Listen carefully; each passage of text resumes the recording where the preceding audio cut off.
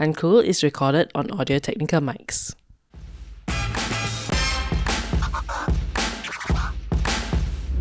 We are back again with more Uncool, where it's cool to be uncool. And this year in 2022, we procrastinated and waited like 4 months to make this new episode. And we just decided, what's the topic that's on everybody's mind? So we decided to talk about money. So if you're just joining us for the second episode, do go back and listen to our first episode, because this is a 2-part series where we are talking to Debra Teng, actress, real estate agent, and hustler extraordinaire. I've been self-employed / freelance, sometimes both at the same time for about 15 years, probably longer. But I think Debra, even longer. How many years, Debra? Yeah, I think for me it's probably 20 years, but in between I had gone into full-time employment, like when I needed to buy an HDB flat. I went to full-time employment for a period of time so that I can get my mortgage, get a bank loan and all that kind of stuff. So many people do for 2 years and they want to give up already. That's true. so actually, Debra, how have you survived in the last 20 years? What tips will you give to all our listeners out there who are, freelancers and maybe thinking, man, can I do this for even another year or so on? I think maybe it's it depends on the individual. So in the sense that, the family is able to provide for them, even if they don't that helps, right? If you're born in a rich family and you've got like a trust fund behind you, you don't need to worry about that's only in a Singaporean and maybe an Asian context, right? Well, that's because they use the trust fund to buy bitcoins. I don't even know whether they know how the to do so. Damn the bitcoins. Why didn't I buy them when they first launched? Coming back to your question, Sean. So I think it helps a lot if you've got some kind of money coming in to help you, so that you don't need to worry about money, so that you can focus on your passion, whatever that passion might be. For me, I am not lucky enough to be born with a silver spoon in my mouth and with a trust fund behind my back, and with a with a blank check, essentially. So I do need to worry about money. I do need to think about how can I make this viable. One of the concerns also, when you talk about, besides having a job, is of course having a place to stay, and so having all that needs. So of course, I think as freelancers, it's always very scary. It's right. Since you're both a freelancer and you're also a real estate agent, what would you say then to freelancers out there? What can they do, or what should they do? I think you shouldn't be scared, and you should really confront it and face it, because it is a really important thing to think about. And having a roof over your head is really a basic need. So you really need to make sure that you have that sorted out before you go and pursue your passion. It doesn't mean that you have to do one and not do the other. You can do both concurrently. The first thing that I'll say for you to do is to talk to somebody. If having a roof over your head is something that is important to you, if you're not still living with your parents, or if you want to actually go out and buy your own house. And buying your own house is actually very useful in many ways. Even if you're not staying in it, you can actually rent it out and generate passive income. And that becomes your steady stream of income that will free you to be able to go and pursue your passion.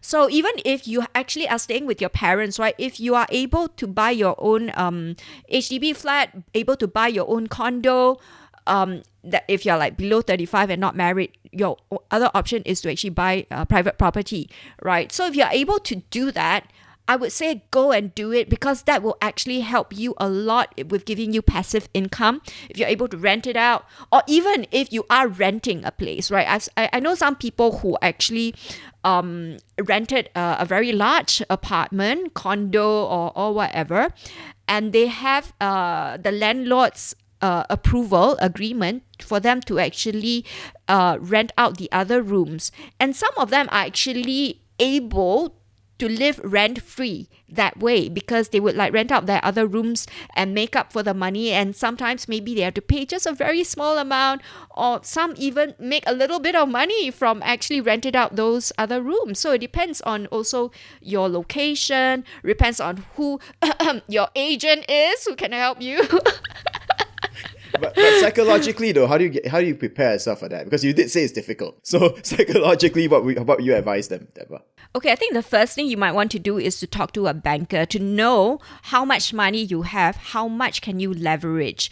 Because if you're going to buy a property, you can, if you want to buy like a building under construction, right? So like a new launch property, a new launch condo, there is always that minimum amount of down payment that you have to put out.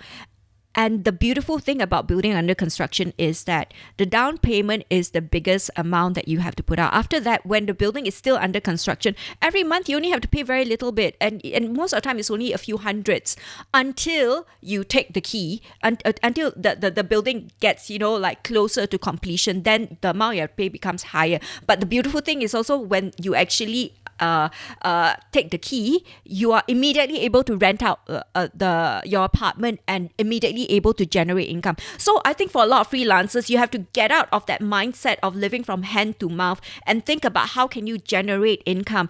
And in a place like Singapore, where land is so scarce, real estate is a really good way to generate income, whether it's passive income, whether it's for investment. If you're talking about investment, again, you need to have that horizon, right? In the past, you are able to flip your property really fast. You buy today, sometimes you flip the option. You don't even wait to completion, right? That's in the past, right? But now the government has put in something called the seller stamp duty, which means that if you sell your property within the first 3 years, you would need to pay a amount of stamp duty, right? And it decreases with each year. So after the third year, then you can pretty much sell the property without having to pay any seller stamp duty.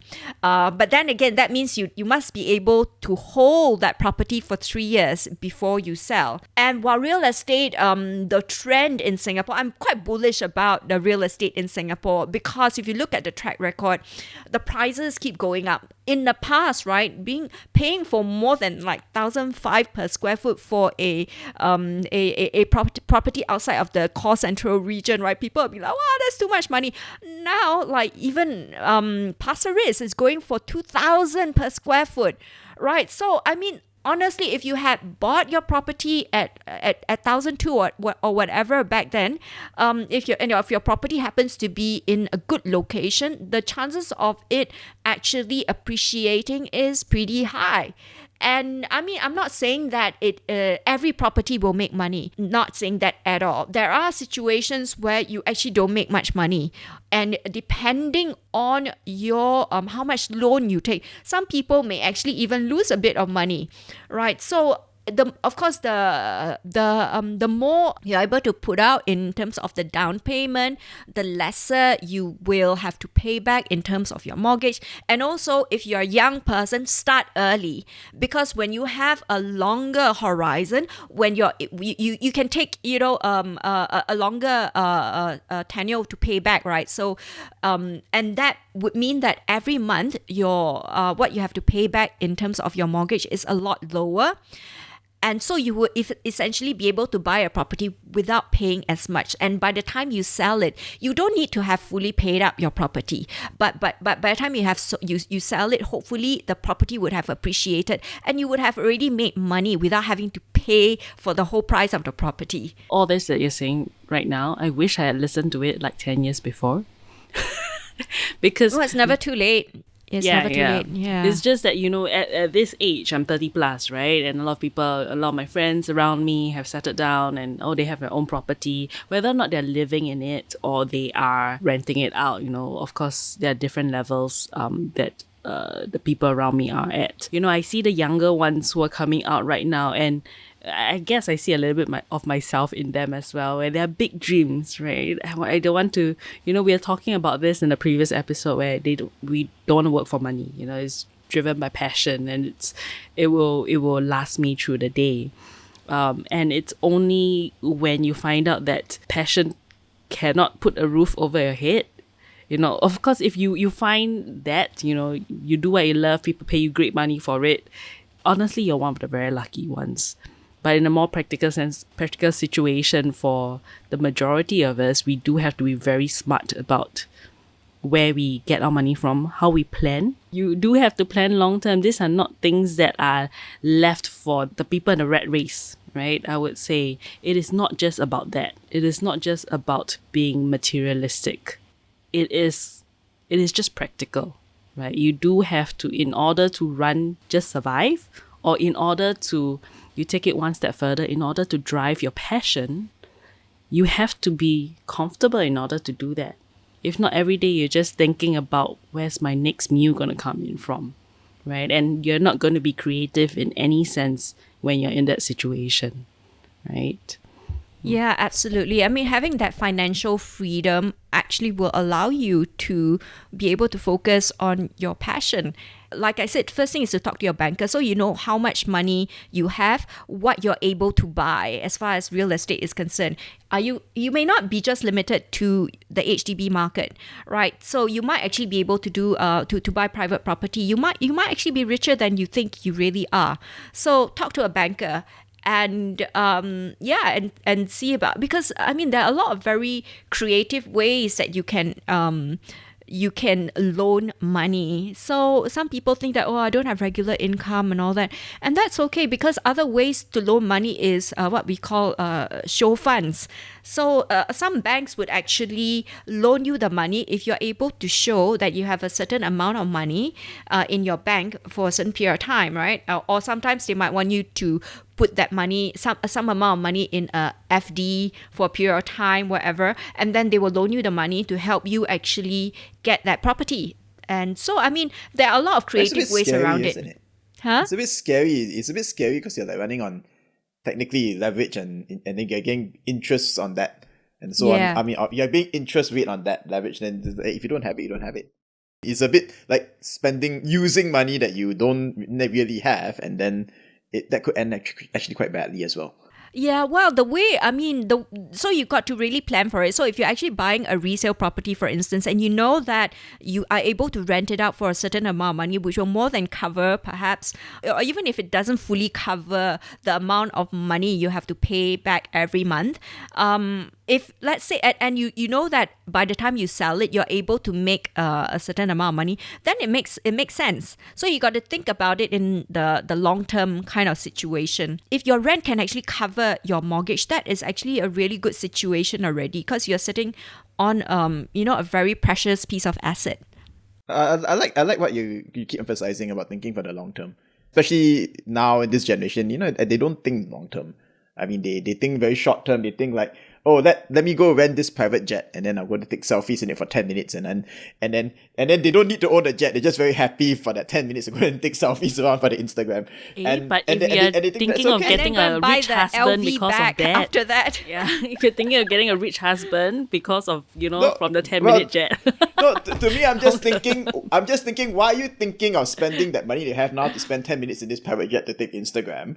Why don't you think long term and want to own the jet so that you can rent it to them to go take 10 minutes? For that's their the 10 way. Minutes. That's the way, Sean. Yeah. That's how the mind You should be work. thinking. Yeah. Substitute that private jet for a nice landed property, or okay, maybe not even landed. Okay, landed quite expensive, but condo. Okay. I guess the question when I talked about jets, and it's not about jets and property, but really have you encountered this type of dilemmas and over in your long career with yourself, with your clients, and so on? Well, I think you're right. A lot of the young people have very short-term kind of like instant gratification kind of mentality, and I would actually encourage people to think about delayed gratification.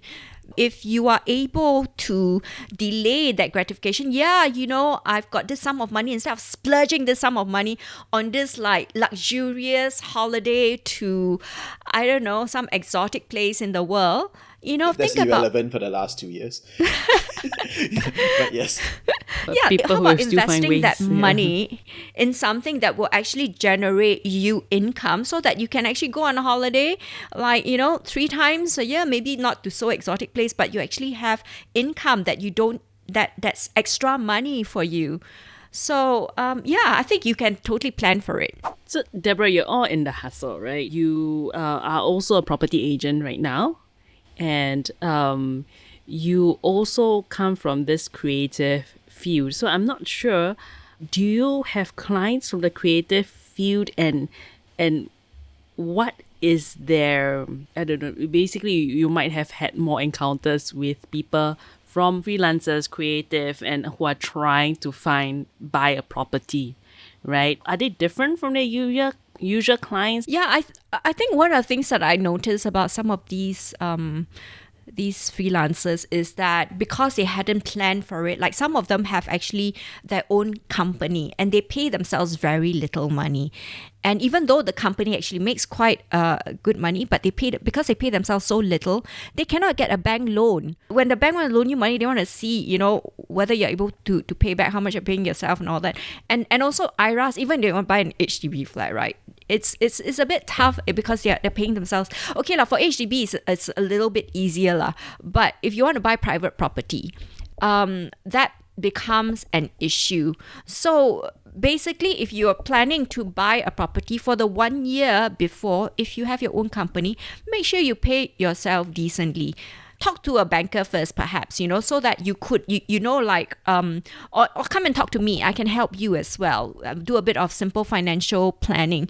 So for the 1 year at least before, especially if, as a freelancer, for the 1 year before, you want to make sure that your bank account shows a pretty healthy income, that you're paying yourself decently, depending on what is the kind of property that you want to buy. So you have to plan ahead a little bit. And some people actually also have very self-limiting mindset. They keep thinking that, I think all I can do is to buy a 2-room HDB flat, and they have no ambition to think beyond that. Actually, maybe instead of buying a 2-room HDB direct from HDB, maybe buy a resale, a more comfortable apartment, resale HDB. So the thing is, a lot of people limit themselves. They think that, I'm so scared that I don't have income coming. But the thing is that if you buy one of those like 2-room flats, right, which means you only have 1 bedroom, right, you can't leverage on renting out any of the rooms. But if you get a larger unit, for instance, then you can get at least that source of financial that stream of income, to help you. So you can always, maybe if you get a larger apartment with maybe 3 bedrooms, you can rent out 2 of the rooms. So you could always have income coming in. So because for a freelancer, what's I think always worrying for them is that, what if I have no job next month? Then how am I going to pay my mortgage and all but that? that's very fair enough. Yeah. It's fair enough. You don't want to sabo yourself in a sense by it's true. overcommitting. Yeah. But if you know that, okay, I actually have a place that I can actually rent out and I will always have this amount of money coming in, then in a way, even if you've got no job coming in, you know that at least that is taken care of. I think as creators, we're very different from some people. I know most people are like that, but I also know people who can stay in a job that they hate for the longest time. Oh. Right? You always hear that whenever you meet them, they're complaining about their jobs because I hate it. I hate my boss, but it pays well. Colleagues. Yeah, I don't really like what I do. So I don't believe in that. Yeah, I mean, it's like, be happy, life is short. But I've also seen people who they don't like it, but they stick to it. Right? Yeah, a lot of them are forced by circumstance because they know that they have a mortgage that they have to pay every month, so they cannot afford to lose the job. So as much as they hate it, as much as they hate the bosses, whatever, the work, they will stick it out because they have to pay that mortgage. So it's important to really think about how you can free yourself. To be honest, when you're buying a piece of real estate, the biggest amount of money that you need to put down is really your down payment. Especially if you're a first-time buyer, you are in a very good position because you don't have to pay the exorbitant ABSDs, which is additional buyer stamp duty. So if it's your first property, you're free from having to pay that. So you just need to worry about the basic stamp duty, which is not very much. It's about slightly below 4%, and the main bulk of your down payment. And your down payment will depend on how much you can loan, and also depend on the property, on how old you are as well. So but psychologically also that's just not it, right? Because I get what you're saying. The down payment is the probably largest sum, but beyond the down payment, people are thinking, that's the next 30 years. I'm tied down to something, right? I haven't been tied down to a lot of things for very long. Are we spending 400 months of installment or something? How do you get over that kind of word block in your mind? It Okay, is, in it our is a real parents' barrier. I'm generation- the first one to say that it is. Yeah, it so is in for our me, parents' yes. generation, they actually work to pay off that, I don't know how many 20 years, 30 years, of your mortgage. That will But make in you our ending like 70 generation, when it's done. yeah. Yes. Well, I mean, it depends on how much you want to pay back every month. Like, if you want to pay back a big chunk every month, then yeah, pay back in 3 years if you can afford it. So what I did was, when I had a full-time job, right? So my place is fully paid up. So what I did was, when I made money, I will go and pay off my Your my mortgage. loan, Yeah, your loan. so that it reduces. So within a much shorter time, I've managed to fully pay off my property, and also I don't keep accumulating the interest. Oh yeah, When you that borrow can get money, you quite have to pay hefty. interest, not I free mean, money. I've heard of people who like rent out like a room or their place. All they do is like they just service their interest, and I'm like, then what's the point? Well, the point is they're hoping to sell the place, so that when you sell the place, right, you will hopefully sell it for a much higher amount of money. So whatever rent that, if the rent can actually pay your interest, actually that's pretty good already. So that you're essentially sitting on an asset and waiting for the asset to grow without having to pay for that asset, because someone else is paying for your interest. So basically, there are a lot of creative ways to, get to where you want, and it is not frivolous to think about. I would think it is not, you're not falling into the trap of the rat race, which I think a lot of creators who want to step out of the rat race, or they don't want to It's work in one or the the 9 to other. 5. Yeah, that's Yeah. right. No, that you no, can. it doesn't have to be. Yes, you can basically have it good in both worlds, right? Yeah, you just have to be brave enough to do it, and to be smart, be brave enough to do it. And if you want to be a real estate agent like me, give me a call. I'm happy to talk to you and guide you a little bit. Or if you want to buy a property, That was my next question, actually. Yeah, So actually, if, how do you make this mid-career switch?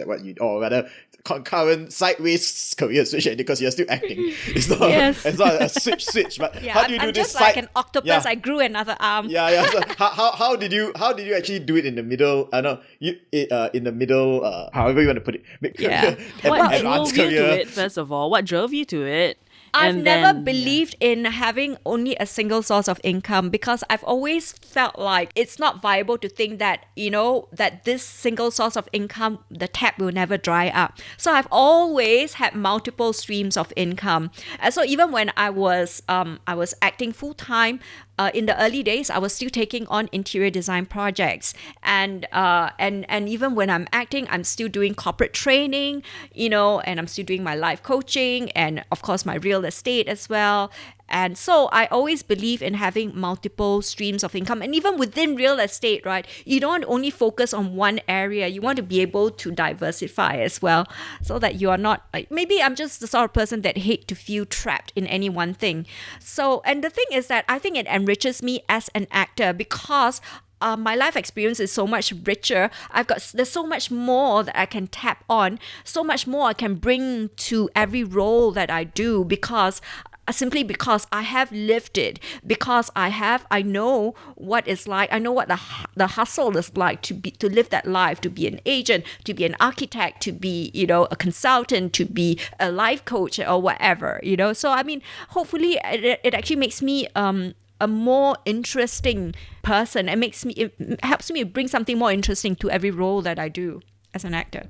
Introducing competition to you aside, what would you say then to those younger actors now that who are thinking about maybe doing something like what you've done? What advice would you give them to take that first step? Well, okay, I would say that if you come from a financially very strong background, good for you. Maybe you have a trust fund, and so you don't need to worry about taking care of the financial aspect. More power to you. I'm very happy for you. Go and pursue it and just throw your heart into it. Don't be scared. Take risks. Go overseas. Go for roles that you don't think you are good enough for. Just go. right? That's my advice. But if and- they're thinking, should I go and also get a real estate license? Or there'll be a portion of actors are thinking about that as well, I guess. Yeah, or no, some, I some totally other encourage license, that. real estate Actually, the or challenge finance. was I've been trying to persuade some actors to do this, but a lot of actors have got this mental block. They feel like, oh, I can't do this. I'm not a salesman. I can't. It's not me. And maybe they think it's uncool to be a real estate agent. And what I want to say to them is that if you are not able to throw yourself and take risks in your different jobs, right? How can I trust you as an actor to take risks in the roles that I cast you in?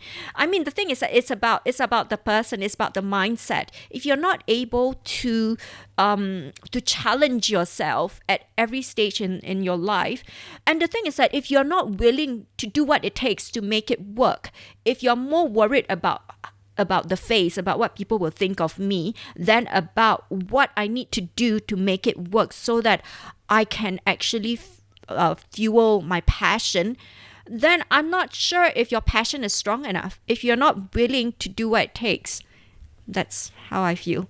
And I totally encourage, actually my challenge was trying to get actors to do what I do, because I see the benefits of it, and I'm actually enjoying the fruits of it. And I feel like a lot of actors could do very well in real estate, but I've been trying to get them to think about it, and they don't even want to think about it. Realistically, though, nobody's going to buy a house from you because they saw you on TV. I mean, well, the good thing is that a lot of people who actually are in the position to buy properties now grew up watching my shows, and they are now like in their 30s. They actually have money now to actually invest in a property. But they're not going to be like, hey, I'm going to buy because Debra tried to sell me and she's No, on TV. but why because not? there's a certain level of familiarity, they feel like, oh, I know her. And you'll be surprised how many people come up to me, clients and even other real estate agents come up to me and say, I grew up watching your shows, can I take a photo with you? And it's that familiarity, because they feel like you are a good person, they can trust you. And there are a lot of real estate agents who only want to who are very focus on their own self-interest. They want to sell you something because they want to make that commission, because this property paying very good commission, by hook or by crook I'm going to get you to buy. But the thing is that partly because I do have that public face, I do have a public persona, I have to be careful that I'm not that I conduct myself more ethically than other people, because so many people do know me. And when people do come to me, they know that I'm not going to, snook them or try and sell them something that is, really lousy. Well, a part of it is so much money, a lot of them would do their own due diligence. And secondly, it's because that I do have to protect my own reputation as well. And that's why they tend to trust me more, because they know that I'm somebody with a reputation that I cannot risk.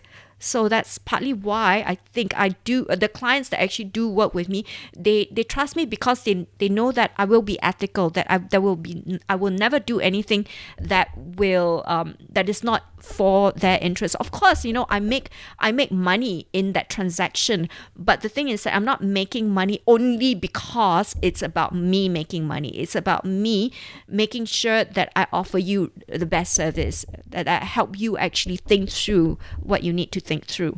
So on that note of commission and so on, is it, misconception or not, it's actually very lucrative? It can be, depending on the projects, right? So Yeah, if you sell Sentosa Cove, then yes. yeah, and also, but if you're selling resale, the owners can be quite stingy. They may not want to give you the market rate commission. They might slice your commission. So is there a misconception, or is there a truth to that perception?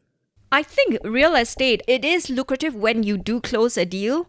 However, you could go for many, many months without closing a single thing.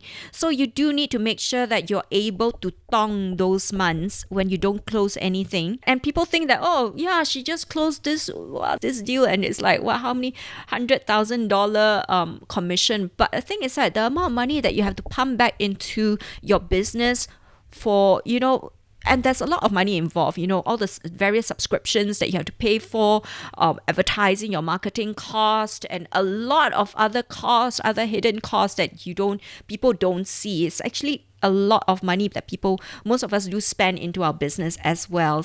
You also do need to treat it like a proper business. You need to focus on building the business as well. So it's not about, okay, now I've got my real estate license and people are just gonna like fall at my feet and give me business. It's not like that. On that note, you're talking about how, you're using, how you're looking at, looking at it as a business and looking at this long term and so on. I think long term, no doubt the world is going to change. I think, and right now, I think if you look at the way economies work, we see a lot of new instruments, a lot of new territories, blockchain, for example, cryptocurrencies and so on. How do you see this sort of future tools and future instruments impacting real estate in Singapore? To be honest, I don't know. I mean, I don't know enough about cryptocurrency and Bitcoin, all that kind of stuff. So, damn, I wish I knew more. Then, if I had bought even one Bitcoin, I would be like so much richer. Do you see all these things coming into real estate, like, the way it works? Like, at the moment, not really, because real estate, right, there's still a lot of rules around like money laundering and anti-terrorism kind of thing. So we do need to make sure that we check the source of funds to make sure that it is not to finance like anti-terrorism finance terrorism efforts, or whether they are like laundering money. So the thing about Bitcoin is that it's a bit hard to track the source of the money, if I understand it correctly. So I think it would still be hard to buy a house with Bitcoin right now. I mean, I've been looking at it. Some things I think overseas, like you can buy. Some companies are beginning to accept it as payment. Some are using blockchains to go and advertise, sell and advertise their houses, their properties and so on. So I was just, just wondering. I mean, that's a very interesting proposition. I think in Singapore, not yet. Anyway, back to the business of real estate. How important is it then? I mean, how can a new agent, for example, if they just join in, let's say one of the actors you managed to convince to join as a new agent and so on, what's the right way that they can start out, if they, on their first, to find their first, the first business? Well, the first thing you need to do is to get that license. And it's not easy to get a real estate license right now because the government's trying to really control the number of real estate agents in the market. And it's a very saturated market. So, and it's not easy to pass the exam. So the first thing you need to do is, first of all, go and take the exam and pass it. Take the course and then take the exam and pass that. And if you've actually got that done, that is actually a huge hurdle to cross. After that, then there's a lot of ways you can go about your business, and you can be as creative as you want, and without giving too much away, because when you join me, I will totally coach you and help you be successful. Trade secrets. Long story short, find Debra. So long story short, Debra is the right real estate team to join up with, if you're a new agent. I'm very choosy about who I work with. So you better approach her first, okay, and pitch yourself well. And we always ask all our guests these questions, right? Which brings us back to this podcast, this being a podcast by freelancers for freelancers. So what advice would you give in general to freelancers about career and their money? I know you have given quite a bit for people to digest on in the past these two episodes. But if you just had to give one piece of advice, what would you give to them about their careers and their money? I think if you don't have that sense of peace of mind that your money is coming in and taken care of, you will always come across as being slightly desperate, and people will bully you and push your price down because they know you're desperate. So I think it's really important for a freelancer to make sure that you take care of your the financial part of it, whatever you do to do that, whether it's investing in real estate, whether it's in buying your own roof over your head, whether it's in Bitcoin or whatever other instruments that you use. I think it's important to make sure that you have your financial aspect thought through. And as a freelancer, I think it's you want to be able to be free to focus on your passion. So, and you do need to really do a bit of planning. Hand to mouth may be very romantic and may seem like, shows that you are very passionate about what you do.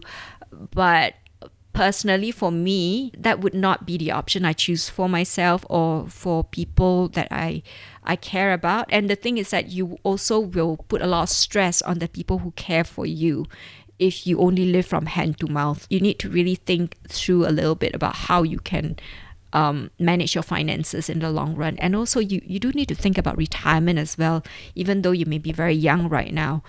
But you never know when you might, like me, get hit by a car and realize that, oh, I actually haven't thought about what will happen if I get hit by a car. As a 20-year-old, 30-year-old, maybe you think that, you're invincible, but you do need to plan for these things. Debra, we ask all our guests this question, of course, for the last 2 seasons. We're going to do the same. When were you, Debra, think the most uncool? And what will you say to yourself then? When was I uncool? I think when I was maybe... The most uncool. Most uncool. And what will you say to yourself if you could talk to yourself then? Okay, well, being cool was never something that I aspire to be. But when I was probably in primary 6, I used to wear really thick glasses with plastic rim kind of thing. And but because I was also doing ballet and gymnastics and all that, so I very quickly changed to contact lenses. And I think that leveled up in my coolness rating. But I mean, the truth is, I never really thought very much about how important being cool is. Yeah, and what you say to your most uncool self? What would I say to my most uncool self? It's more power to you. Because, one day the uncool people will take over the world. Look at Steve Jobs, Bill Gates. So if you want to follow Debra on her socials, where can our listeners do that? Okay, so for the real estate one, you can follow me at Instagram is DT Property. That's DEETEE Property. And for my personal Instagram, you can follow me at Debra Teng _official. That's my name is spelled DEBRATENG _official. OFFICIAL. And of course, I'm also on TikTok, same Debra Teng _official. And Facebook is just Debra Teng, and LinkedIn is Debra Teng. YouTube is, I've got so many. YouTube, okay, for my real estate one is also DT Property. For my personal one is Debra Teng. And for the productions that I do, it's Debra Teng Productions. Yeah. So many purposes. You want to buy a house from Debra, go DT Property. You want to see her cat videos, you go to Debra. I don't have cat videos. Okay. All right. Thank you. And I need a cat first. So if you want to hear from our other guests coming up on new episodes, you want to catch up on our old episodes, of course, just drop us a like. Remember to click follow on the podcast, rate us 5 stars. Do tell your friends about us, and do it with no worries, because it is just cool to be uncool. Uncool is recorded on Audio-Technica mics.